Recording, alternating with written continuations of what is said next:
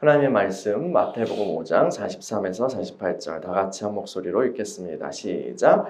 또 내 이웃을 사랑하고 내 원수를 미워하라 하였다는 것을 너희가 들었으나 나는 너희에게 이르노니 너희 원수를 사랑하며 너희를 박해하는 자를 위하여 기도하라.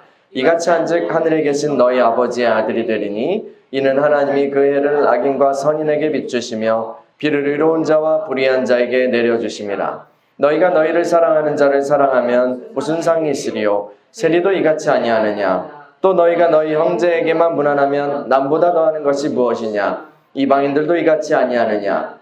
그러므로 하늘에 계신 너희 아버지의 온전하심과 같이 너희도 온전하라. 아멘. 하나님, 우리가 주님의 말씀 앞에 섭니다. 주의 음성을 들려주시고 우리 각자에게 하나님의 말씀을 음성을 주님 들려주시길 간구하오니 성령 이곳에 운행하여 주시고 친히 해석자 되어주시고 또 우리가 믿음으로 그 말씀에 반응하며 주님께 경배할 수 있도록 인도하여 주옵소서. 말씀을 전하는 종을 붙들어 주시고 주의 사랑과 긍휼로 주의 영광으로 충만케 하여 주옵소서. 예수님의 이름으로 기도합니다. 아멘. 한 그리스도인 청년이 이제 묻습니다. 목사님, 제가요 여자친구가 생겼어요. 근데요 스킨십은 어디까지 해도 될까요? 또 다른 성도님도 묻습니다. 성경에 술 마시지 말라고 되어 있지 않더라고요. 술 취하지 말라고 되어 있으니까 주량에 맞게 마시면 될까요? 어떤 권사님도 부탁을 해요. 아니, 코인 때문에 미치겠어요. 이거 잘 되면 11조 드리려고 했는데 돈이 묶였어요. 목사님, 하나님께 기도 좀 잘 해주세요. 다른 집사님도 말해요. 목사님, 주일에 가족들이랑 여행을 가려고 하는데 1부 예배 드리고 출발하면 문제는 없겠죠? 여기서 제시하는 이슈들을 다루려고 하는 거 아니에요. 그런데 이렇게 말씀을 하는, 이렇게 질문을 하거나 이렇게 얘기하는 분들의 공통점이 있습니다. 그거는 자신이 원하는 행동을 하고 싶어서 어떤 신앙적 규율, 신앙적 규범이 허용하는 한계선을 알고 싶어 한다는 거예요. 그 한계선을 알면 이제 하나님이 중요하게 여기시는 영역과 그렇지 않은 영역을 이렇게 나누게 되잖아요. 그러면 하나님이 중요하게 여기시는 영역에서는 내가 잘하고 하나님이 중요하게 여기시지 않는 영역은 어디에서는 이제 자기 원하는 것을 마음껏 하고 싶은 거죠. 그래서 한계선을 알고 싶어 하는 거예요. 이 법이라는 게, 규율이라는 게 이런 특성이 있고 사람들은 그런 식으로 반응하고는 합니다. 이 세상의 법도 마찬가지예요. 이 세상에서 법의 전문가라고 불리는 사람들이 있어요. 그렇죠? 이 사람들 중에는 극한까지 자신의 이익을 막 추구하면서도 교묘하게 법망을 피해가는 법을 아주 잘 알고 있는 분들이 있어요. 그 사람들을 뭐라고 부르죠? 법꾸라지. 법 더하기 미꾸라지에서 법꾸라지. 아니면 법기술자라고 그렇게 부릅니다. 이 바리새인과 서기관들은요, 모세 율법의 전문가들이었어요. 전문가들이었습니다. 굉장히 철저하게 그렇게 지키려고 했어요.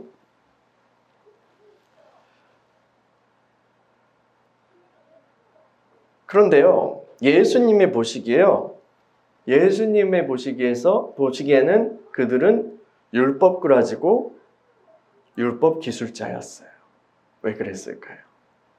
그들은 율법과 계명에 자신들의 한계선을 긋고 그렇게 지키고 자신들을 의롭다라고 여겼기 때문이에요. 지난 시간에 우리가 나눴던 말씀이죠. 눈은 눈으로, 이는 이로 갚으라. 이 계명은, 율법을 주신 이 계명을 주신 하나님의 의도는요, 복수를 정당화하는 것이 아니었어요. 피해를 당한 사람들이 증오심과 복수심으로 타올라서 함께 괴물이 되지 않도록, 혹은 더 나쁜 그런 괴물이 되지 않도록 그 안에 최소한의 자비심을 가지라. 최소한의 자비심은 남겨두고 가해자를 대해라. 그런 의미였죠. 그래서 이 율법의 포인트는 범죄의 피해자 쪽에서 가지는 자비심이라고 할 수 있습니다. 하나님 그걸 원하신다. 율법을 완전하게 하시는 예수님께서는 이 율법을 방금 이 계명을 제대로 지키는 것은 최소한의 자비심이 아니라 충만한 자비심으로 가해자들을 대하는 것이야 라고 말씀하셨죠. 거기에서 이제 쭉 연상되고 이어지는 내용이 오늘 내용입니다. 여러분, 기조라는 단어가 있어요. 기조 연설, 정책 기조, 이럴 때 쓰이는 건데, 이 기조는 사상이나 작품, 학설 따위의 일관해서 흐르는 기본적인 경향이나 방향을 의미합니다. 그걸 뜻하죠. 그러니까 기조가 가장 상위에 있는 개념이고요. 이후에 이제 따라 나오는 그런 세부 내용들은 이 기조를 전제로 배치되고 해석이 되어야 해요. 근데 율법에도 토라에도 기조가 되는 계명이 있습니다. 이것을 성경은요, 가장 큰 계명이라고 불러요. 한 율법 교사가 예수님을 시험하기 위해서 제출한 시험 문제가 바로 이것과 관련된 거였어요. 한번 볼까요? 마태복음 22장 34에서 40절. 같이 한번 읽어볼까요? 시작. 예수께서 사두개인들로 대답할 수 없게 하셨다함을 바리새인들이 듣고 모였는데 그 중에 한 율법사가 예수를 시험하여 묻되 선생님, 율법 중에서 어느 계명이 크니이까? 예수께서 이르되 내 마음을 다하고 목숨을 다하고 뜻을 다하여 주 너희 하나님을 사랑하라 하셨으니 이것이 크고 첫째 되는 계명이요 둘째도 그와 같으니 내 이웃을 내 자신같이 사랑하라 하셨으니 이 두 계명이 온 율법과 선지자의 강령이니라. 아멘. 하나님 사랑과 이웃 사랑이 곧 율법의 기조가 되는 계명이에요. 그러니까 다른 모든 계명들은 다 이것으로 요약되고 또 요약될 뿐 아니라 이 계명이 제시하는 방향성을 가지고 해석되어야 마땅한 것입니다. 그래서요, 주님께서는 눈은 눈으로 이는 이로 갚으라라는 그 율법도 이웃사랑이라는 프레임으로 해석해야 한다고 말씀하신 거죠. 이 이웃사랑 계명은요, 지난 시간에 한번 봤는데 레위기 19장 18절이에요. 이것도 한번 찾아볼까요? 같이 읽어볼까요? 레위기 19장 18절 시작. 원수를 갚지 말며 동포를 원망하지 말며 내 이웃 사랑하기를 내 자신과 같이 사랑하라. 나는 여호와이니라. 아멘. 그런데 유대인들은요, 이웃을 사랑하라는 이 계명 앞에서도, 이 기조가 되는 계명 앞에서도 자신들의 법 기술을 발동시켜요. 무슨 질문을 던졌을까요? 그러면 누가 이웃이지? 누가 내 사랑을 받을 만한 이웃이지? 이웃의 범위가 어디까지지? 라고 하면서요.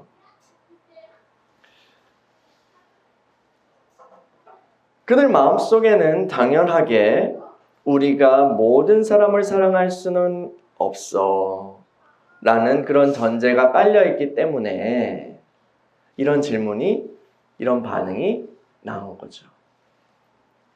또요, 이 세상에는 도저히 사랑할 수 없는 그런 사람들이 있기 때문에 그렇게 질문하는 거예요. 그럼 누가 이웃인데? 라고요. 유대인들은 그 계명 안에 한계선을 딱 긋고 사람을 이렇게 두 범주로 혹은 뭐 여러 범주로 나눌 수도 있겠죠. 두 범주로 그렇게 나누었어요. 이웃과 그렇지 않은 사람들, 그러니까 원수들이요. 이웃에서 배제되는 사람들에게는 사랑을 베풀지 않아도 괜찮은 거예요. 이것은요, 모든 사람에게 있는 이기심이나 또 유대인들의 선민의식의 발로이기도 하지만 한편으로는 유대인들이 역사적으로 받은 상처, 피해, 그 상처의 영향도 있을 것입니다. 당시 유대인들은요, 여러 이방 나라들에 의해서 많은 억압을 받은 그런 기억을 가지고 있었기 때문이에요. 요즘 우리가 다니엘서 있잖아요. 다니엘서 읽으면은 바벨론 제국이 이제 포로로 잡혀온 다니엘의 이야기에서부터 또 시작하잖아요. 그런데 그 제국이 또 바뀌죠. 계속. 바벨론 제국에 의해서 이제 남유다가 딱 망하고 사람들이 포로로 끌려가요. 그리고 나서 바벨론 제국이 또 망하고 메데바사 이렇게 돼서 그 페르시아에게로 또 패권이 넘어갑니다. 이 페르시아로 패권이 넘어갔을 때 고레스의 칙령 또 다리오 왕 이런 이야기 나오잖아요. 거기에서 하나님의 은혜로 이스라엘의 남은 자들이 예루살렘에 돌아오게 돼요. 그리고 성전과 성벽을 재건하죠. 에스라, 느헤미야, 학개, 스가랴 이런 이야기, 거기서 그런 이야기가 나오잖아요. 그런데 이 포로에서 돌아오고 도시를 재건하고 성전도 다시 졌는데 하나님이 선지자를 통해서 원래 약속하셨던 이스라엘의 회복, 그 비전에는 한참 미치지 못했어요. 그 한참 미치지 못하는 그 상태, 여전히 다윗과 같은 왕은 나오지 않았고, 그리고 이방인들이 이스라엘을 압제하고 있는 그런 상태에서 구약 성경이 끝나요. 구약 성경은 거기에서 끝나는데 역사는 계속 진행되죠. 그 이후에는 어떻게 됐을까요? 페르시아 이후로 알렉산드로스 혹은 알렉산더 대왕 아시죠? 이 젊은 왕인데 세계를 막 제패하잖아요. 그의 이제 그리스, 헬라 제국이 그 지역의 패자가 됩니다. 근데 알렉산더가요, 그렇게 다 정복해놓고 일찍 죽어요. 미스테리죠. 참 재밌어요. 그리고 그가 정복한 영토를 놓고 그 부하 4명이, 그 4명의 장군이 있었는데 그 4명의 장군이 각축전을 이제 벌이게 됩니다. 그래서 이집트를 중심으로 한 이제 프톨레마이오스 왕조, 그리고 시리아, 이스라엘 북쪽에 있는 시리아를 중심으로 한 셀레우코스 왕조가 이렇게 세워지는데요. 유대인들이 사는 지역은 처음에는 프톨레마이오스 그 치하에서 평화롭게 살았어요. 굉장히 평화롭게 살았습니다. 번성하고요. 그런데 이제 그 셀레우코스 왕조의 힘이 강해지면서 이스라엘을 이제 셀레우코스 왕조의 그 나라에서 지배하게 돼요. 근데요, 이 셀레우코스 왕조의 안디오코스 4세, 별명이 에피파네스예요. 자칭이겠죠? 나타난 자, 이런 뜻이에요. 이 에피파네스라는 임금이 있었는데 그 사람은 이 식민지에 있는 그 점령지에 있는 그 다른 민족들이 각자 자기의 정체성을 가지고 그렇게 살아가는 게 마땅치 않았어요. 그래서 모든 것을 헬라 제국에, 헬라의 문화에, 헬라의 방식에 편입시키려고, 헬라의 종교에 편입시키려고 그렇게 억압하는, 그 사람들의 고유한 종교와 문화를 억압하는 그런 말살하는 그런 통치를 펼쳤습니다. 근데 이 유대인들이 자기 그 종교, 정체성 이런 거 건드리는 거는 못 참거든요.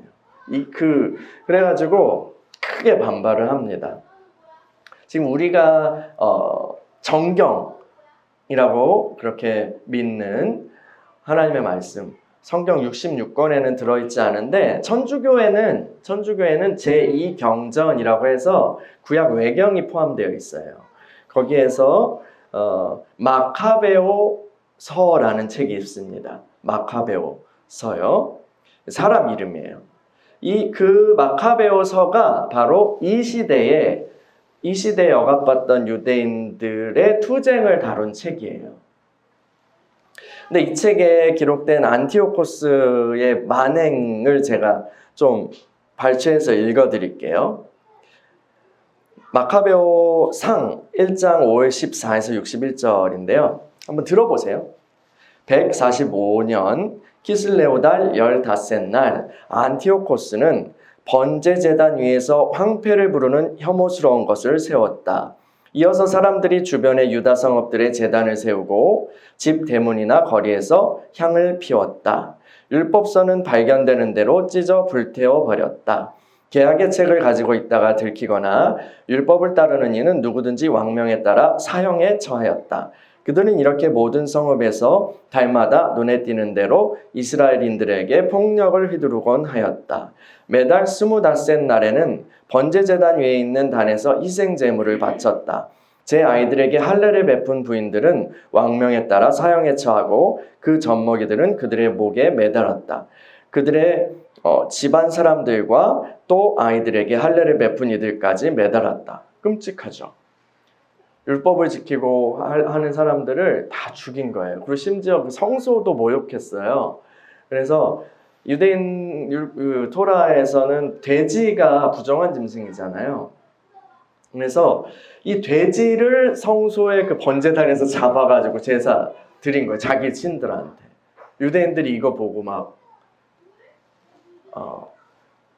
완전 뒤집어졌겠죠. 이런 억압 속에서 많은 유대인들이 굴욕과 죽음을 당해요. 그러다가 마타디아스라는 인물이 나타나서 저항운동을 벌이는데요. 이 마타디아스가 죽으면서 아들들에게 이러한 유언을 남겨요. 이 마카베오상 2장 65에서 68절인데 읽어드릴게요. 나는 너희 형 시메온이 분별력 있는 사람임을 잘 알고 있다. 그러니 언제나 그의 말을 들어라. 그는 너희에게 아버지 노릇을 할 것이다. 젊어서부터 힘센 용사였던 유다 마카베오는 군대의 장수가 되어 이방 민족들과 맞서 싸워라. 너희는 율법을 지키는 이들을 모두 모아 너희 결의 원수를 갚아야 한다. 이 민족들에게 복수를 하고 율법이 명령하는 것을 잘 지켜라.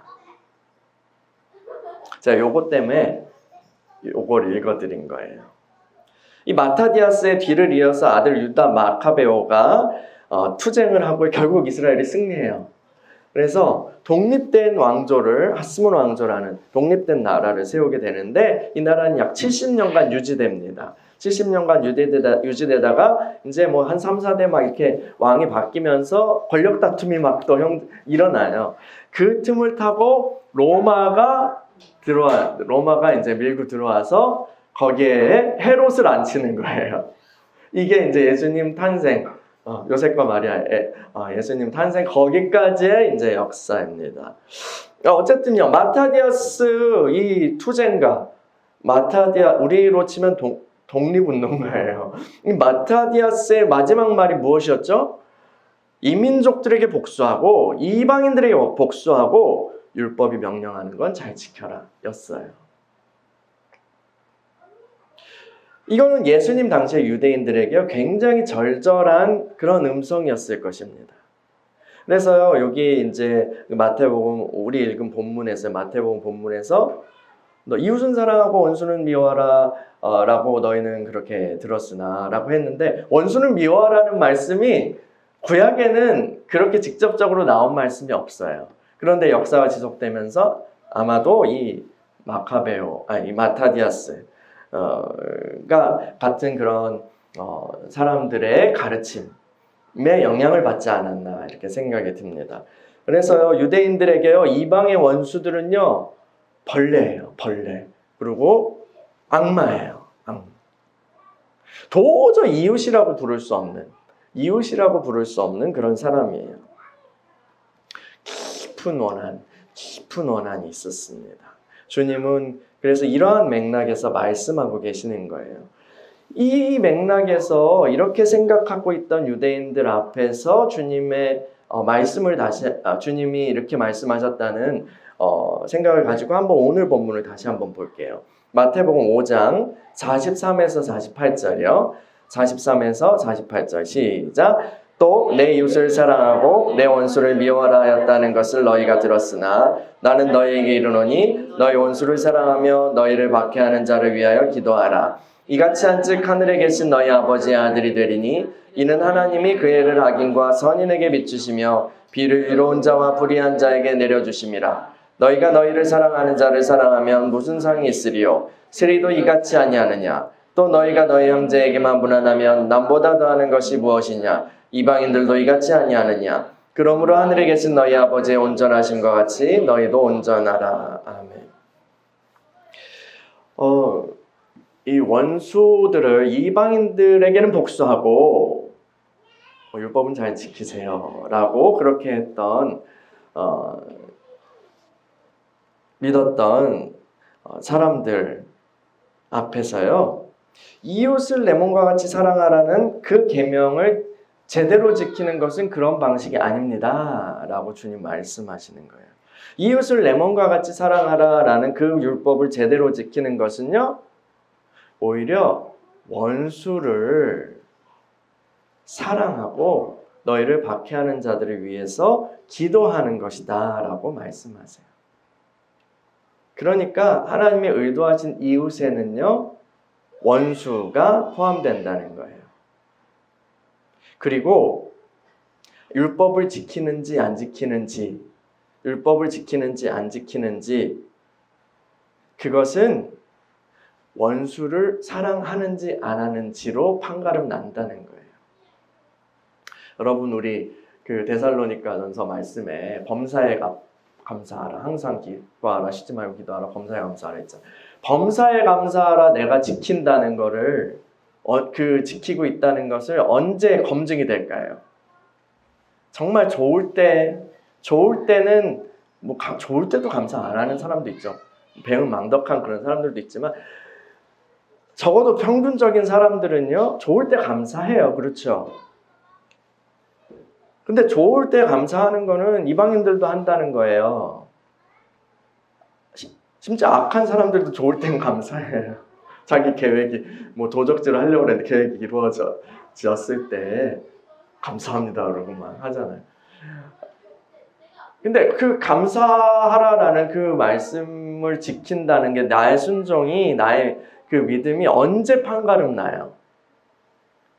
그 범사에서 내가 정말 감사하기 힘든 그런 상황 앞에서 내가 감사하느냐 안 하느냐, 하고 있느냐 안 하느냐로 판가름이 나잖아요. 그렇죠?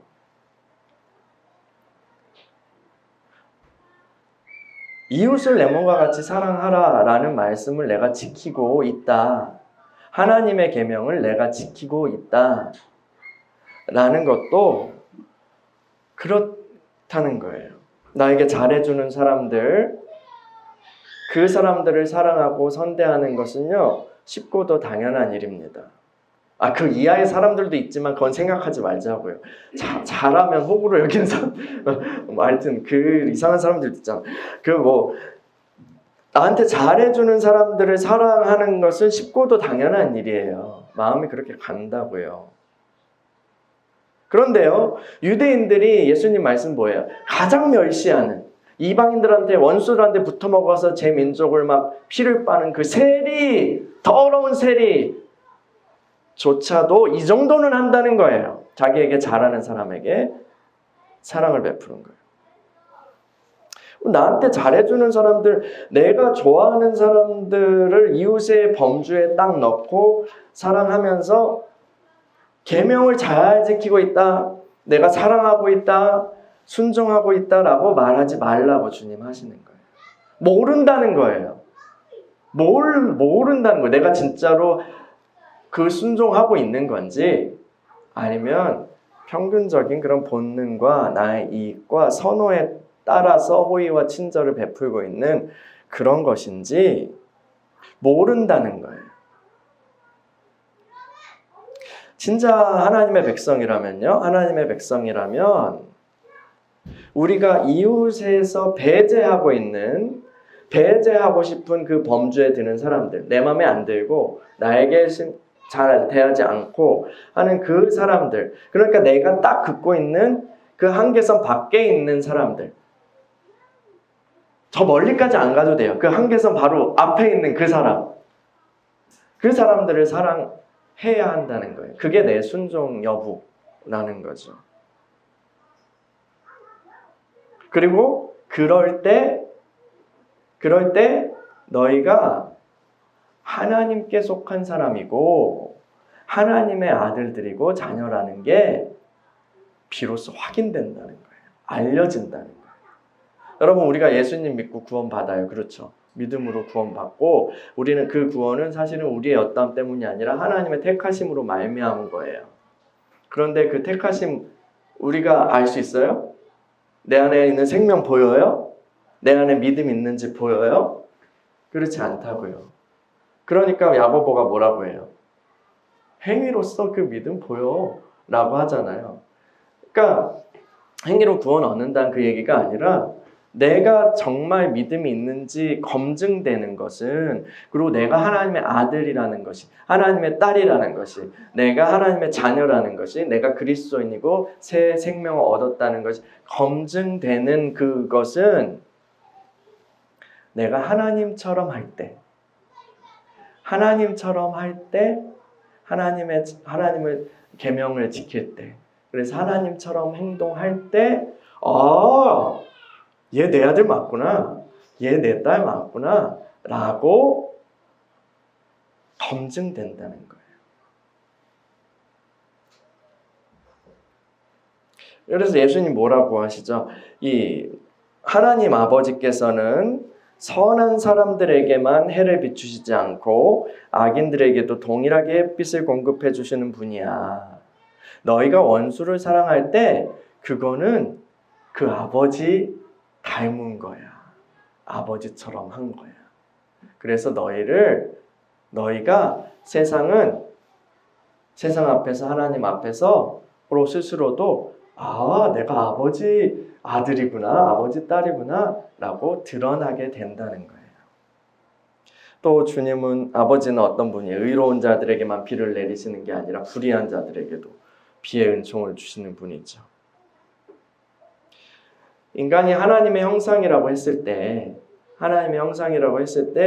그것은 바로 이런 면모를 드러낸다는 거예요. 이렇게 은혜로운 하나님의 모습을 이 땅 가운데 보여준다는 거예요. 그래서요, 이 계명, 이웃을 내 몸같이 사랑하라, 이 계명을 제대로 지키는 것은요, 우리가 상호작용하는 모든 이들을 한결같은 사랑으로 대한다는 거예요. 그 중에서도 원수들이요. 근데요, 이게 모든 사람들한테 막 방긋방긋 막 웃으라는, 네 사랑합니다 고객님 하는 것처럼 이렇게 그런 의미는 아닐 거예요. 물론 미소는 중요합니다. 그렇죠? 미소는 중요해요. 그런데요, 나를 때리고 해야 하는 그 사람 앞에서 내가 이렇게 계속 이렇게 웃고 있다면, 실실 웃는다면 그 사람 더 화날 수도 있어요. 더 맞을 수도 있어요. 그런 거라기보다는요, 주님은 어떤 식으로 이것이 원수를 사랑하는 것이 어떤 식이라고 말씀하시죠? 우리에게 적대적이고 우리에게 상처 입히는 그 사람들을 사랑하는 것은 그들을 위해서 기도하는 것이다. 그들을 위해서 기도하는 것이라고 말씀하세요. 근데 그 기도가 내용이 뭘까요? 여기서 그냥 기도하는 것이다 라고만 얘기하고 별 설명이 없어요. 그래서요, 그들을 위해서, 그들이 벌 받도록 기도해야 되는구나.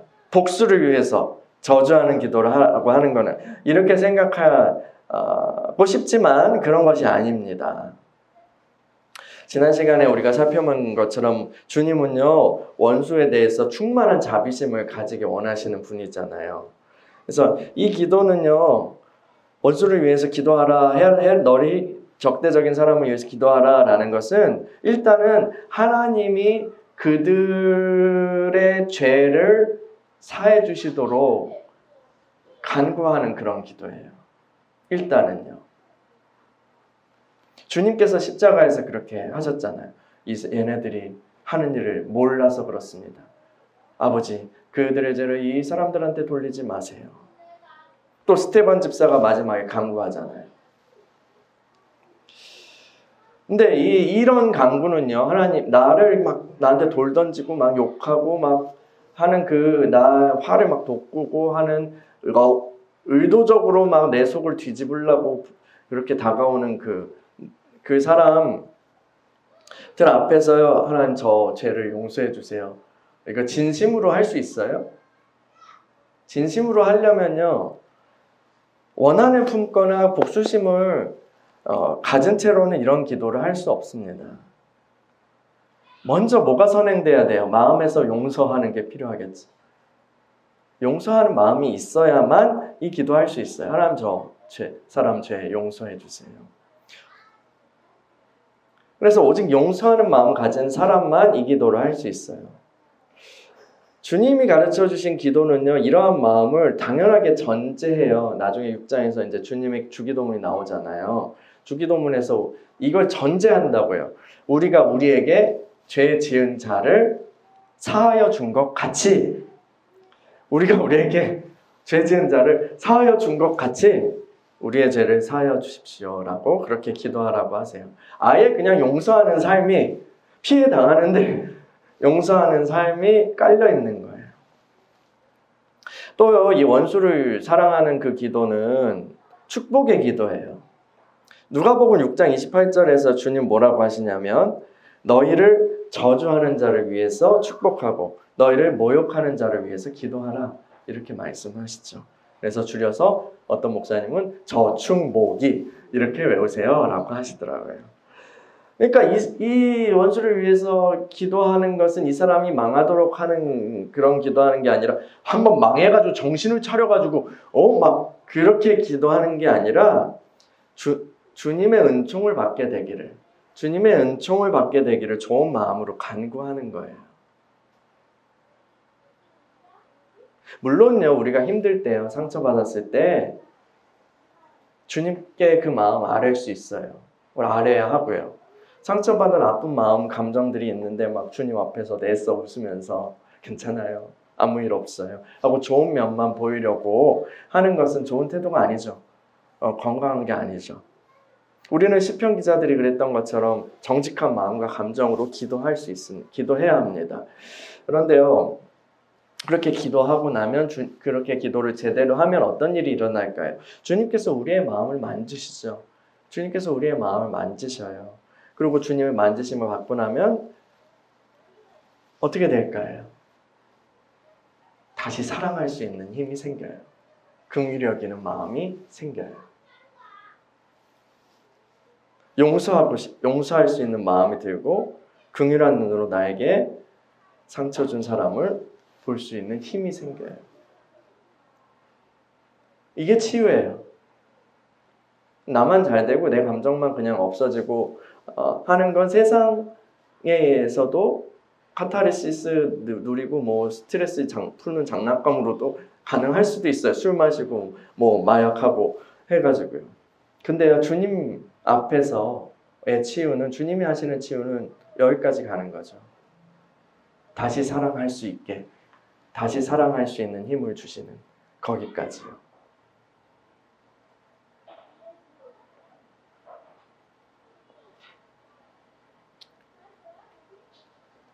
하나님께서 요나 선지자에게 그 마음을 알려주고 싶으셨잖아요. 이 니느웨라는 곳에 가서 이제 너희들 회개 안 하면 망한다라는 그 예언을 전해라라고 하셨는데, 요나가 싫어했죠. 왜 그랬을까요? 니느웨는 아수르 제국의 이제 도시예요. 이 아수르 사람들은 이스라엘의 어떤 철천지 원수죠. 굉장히 잔악한 민족이었어요. 그래서 이스라엘 사람들을 괴롭히고 남녀노소 가리지 않고 막 죽였어요. 그런데 그 사람을 위해서 가서 사역을 하라고 하니까 하고 싶지 않은 거죠. 그래 도망간 거예요.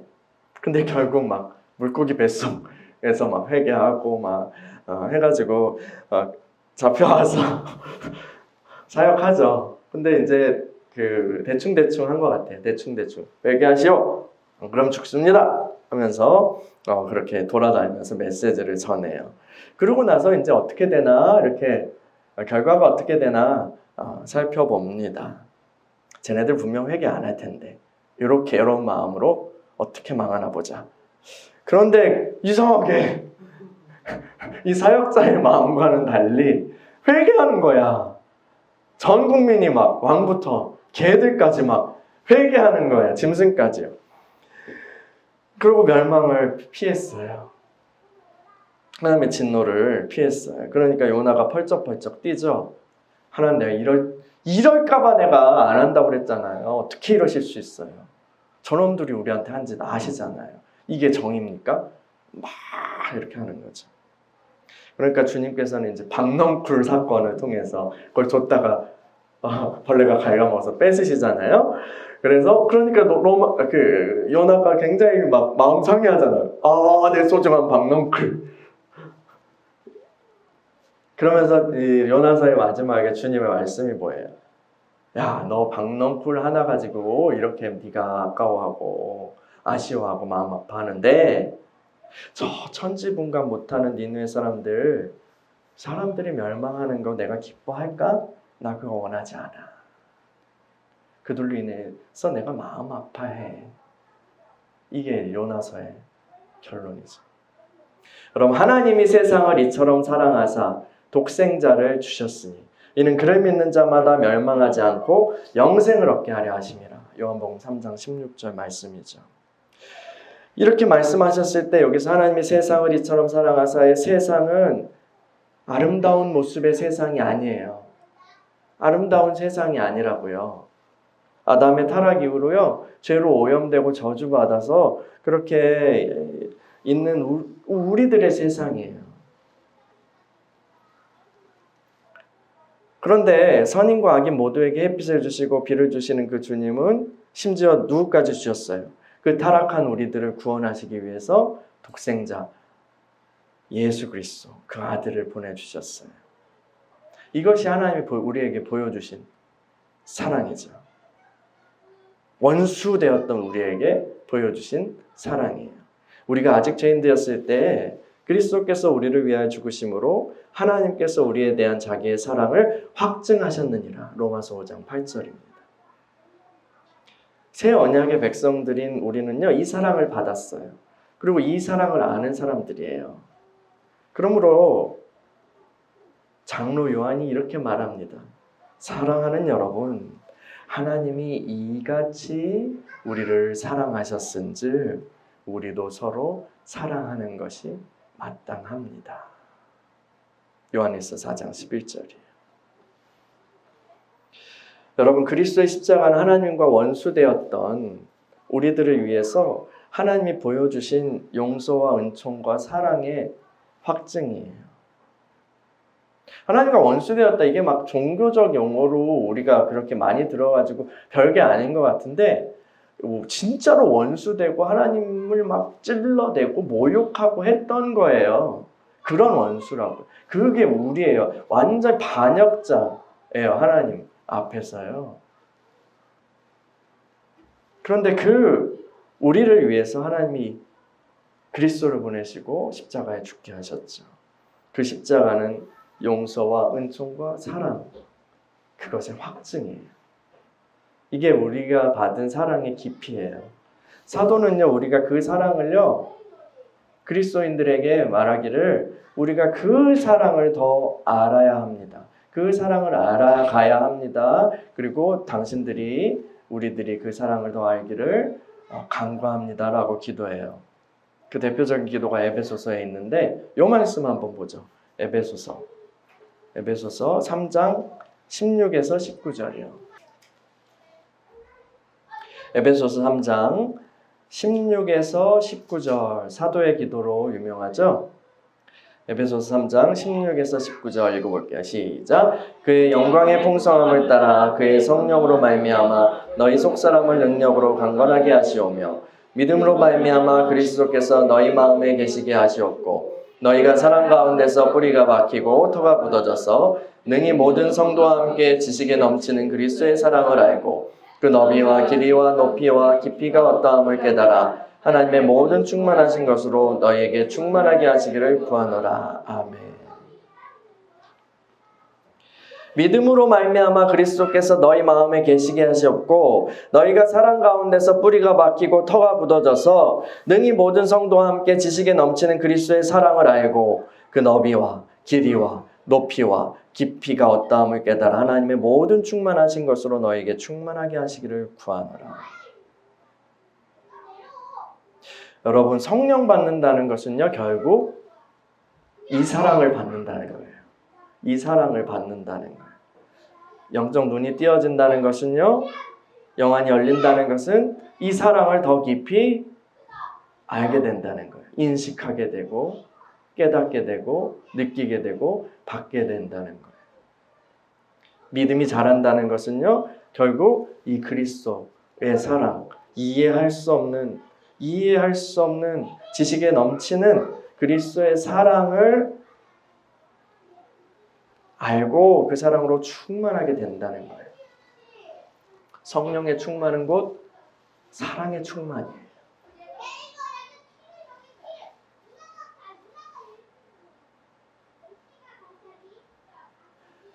교회는 그의 몸이니 만물 안에서 만물을 충만하게 하시는 이의 충만함이니라. 에베소서에서 바울이 그러거든요. 하나님으로부터 충만한 것을 받아서 교회가 충만해지고 그리고 만물을 충만하게 하기를 원하시는 거예요. 근데 그 충만하게 부어주시는 게 뭐죠? 그리스도의 사랑이에요. 하나님께서는 그리스도 안에 있는 이 새 언약의 백성들, 저와 여러분이죠. 우리에게 사랑을 부어주세요. 사랑의 영을 부어주세요. 사랑의 영을 부어주세요. 우리는 단지 율법 조문을 지키는 사람들이 아니라 충만한 사랑의 영을 받아서 그 영을 따라서 율법의 요구를 이루는 자들이에요. 그래서 우리의 사랑의 실천의 깊이는요, 아버지 하나님이 그리스도를 통해서 우리에게 보여주신 그 사랑의 깊이입니다. 서기관과 바리새인들은요, 내 이웃을 사랑하라 했을 때 그 이웃의 딱 포인트를 잡아서 이웃의 어떤 한계를 긋고 그 안에서 사랑하며 율법을 잘 지킨 거라고 그렇게 여겼죠. 근데 주님은 그것은 온전한 것이 아니다라고 말씀하세요. 이웃을 사랑하라고 말씀하실 때요, 이웃은 그야말로 모든 이웃을 가리키죠. 모든 사람들이요. 특히 우리가 그 중에서도 우리가 배제시키고 싶어하는 그 사람. 딱 내가 여기까지는 용납이 되는데 이 사람까지는 되는데 요 앞에 딱 그 사람은 안 돼. 내 사랑이 딱 멈추는 곳이 있어요. 그렇죠? 내가 열불나는 포인트가 딱 있어요. 한 사람을 두고 있더라도 똑같은 사람을 두고라도 딱 한계가 드러나는 데가 있잖아요. 그렇죠?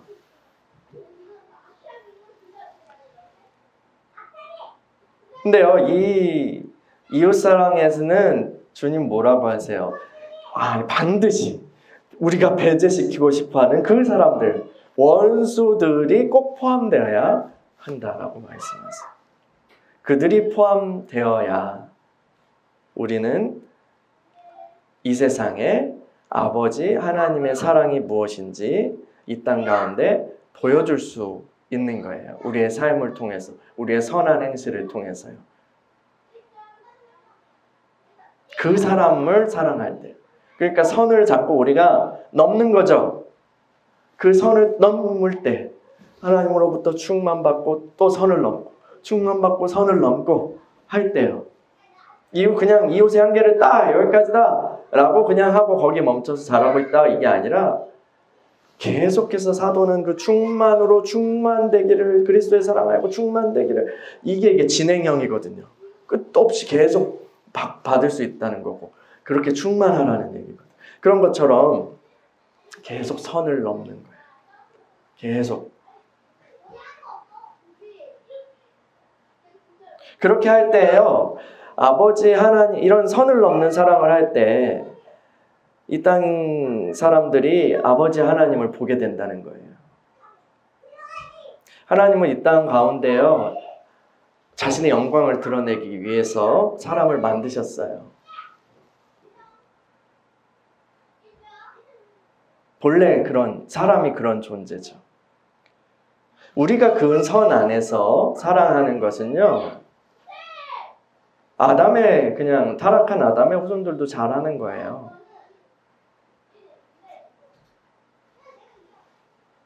그것은 아버지 하나님을 드러내지 못합니다. 동시에 그건 참 인간의 기준에 미치지 못하는 거예요. 그러나 우리가 원수를 사랑할 때요, 세상은 깜짝 놀라게 돼요. 충격을 받게 돼요. 우리가 원수를 사랑할 때요. 왜요? 이거는 어둠 가운데 빛이 비치는 거거든요. 눈부셔 하게 되는 거예요. 그리고 그 빛을 택한 자들이 보게 된다면요, 그 심령이 깨어나죠. 양심이 깨어나고 심령이 깨어나요. 이게 뭐야? 이게 뭐야? 이 세상에 이 갇힌 체계가 전부인 줄 알았는데 이 빛은 어디서 온 거지? 그것은 이 세상을 만드신 창조주 하나님 아버지로부터 온 것이죠. 그래서요, 이 사랑을 받을 때, 이 사랑을 볼 때, 이 세상의 사람들은요, 또 이 세상의 만물들은 그들이 잊고 있었던 하나님 아버지를 떠올리게 될 거예요. 창조주를 기억하게 될 거예요. 그래서요, 알 수 없는 그리움이 막 일어나고요. 그런 갈망이 막 일어나서 하나님을 찾게 될 거예요.